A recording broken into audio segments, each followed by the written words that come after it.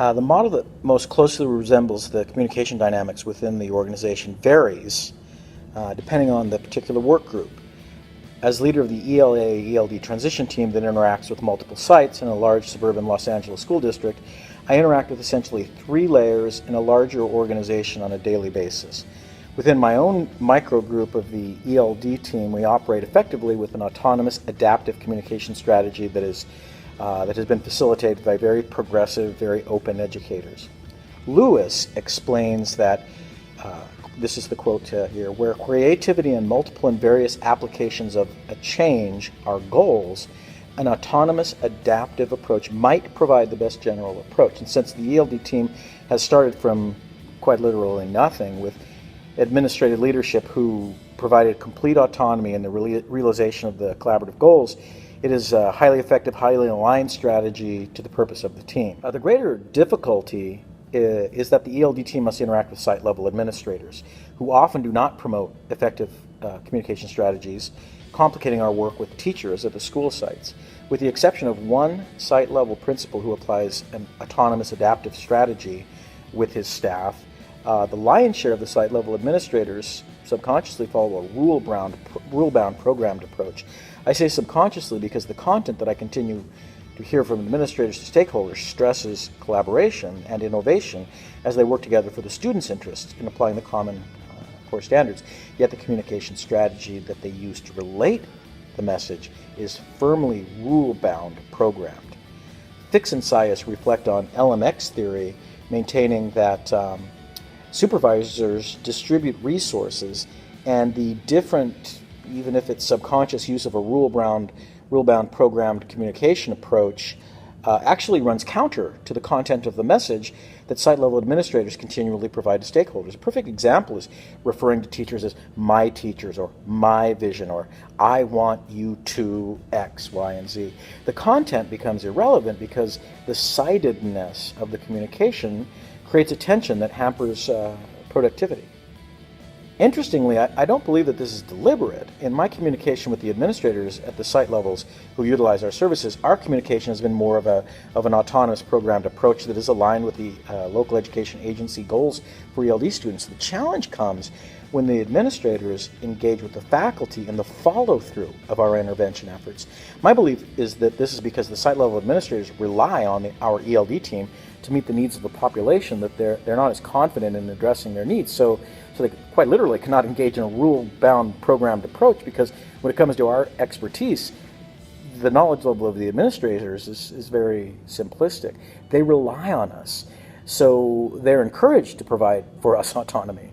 So the dynamic of the communication would not facilitate the rule-bound programmed approach. Essentially, the alignment of the strategic approach to the communication is not aligned in our organizations that we work with, and that diminishes the overall effectiveness. Beyond the essential overriding communication strategy within the layers of the organization lies a more discrete dynamic, and this is the use of what Lewis refers to as the gain and loss frame. Since our immediate ELD team relies upon reciprocal and internal accountability, the gain frame serves us very well. And this is the overriding dynamic of communication. In contrast, at the school sites, it seems that the loss frame rules. And I don't really know why this is, but my initial analysis is that it relates to a larger strategy that promotes opposition, because the firm boundaries of power must be established that eventually disable collaboration.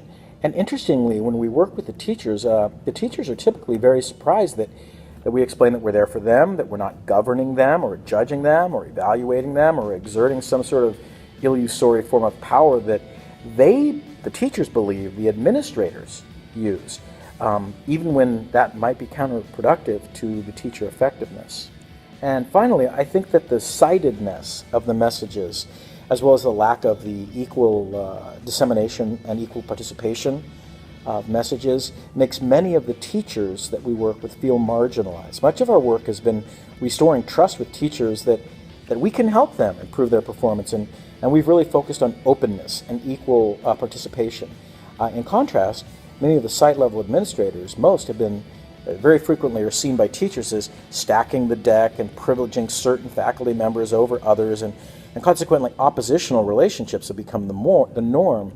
Sadly, among the members of most of the English departments with whom I work with, the one-sided message of site-level administrators creates what Lewis referred to as the refutational sidedness, and the result is diminished capacity because sides end up trying to prove the other side wrong instead of working towards a common goal, even if they identify that goal as a common goal.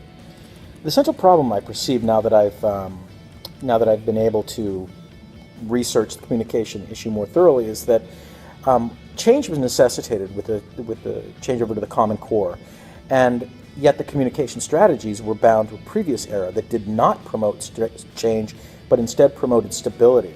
And this sort of reinforced hegemony that served the sites. It may have served them at one time, but now it stands in the way of progress. As Fix and Sias state, when leaders invite their employees to participate in higher quality relationships, they are more likely to form high quality relationships with more employees. And I believe that my direct supervisor's commitment to this singular strategy has built a domino effect of positive communication among the ELD team. And while I understand that the scale of doing this would be much harder at the much larger school sites, it would be a very important start if and only with the follow-through of the commitment to the autonomous adaptive approach in subsequent communication.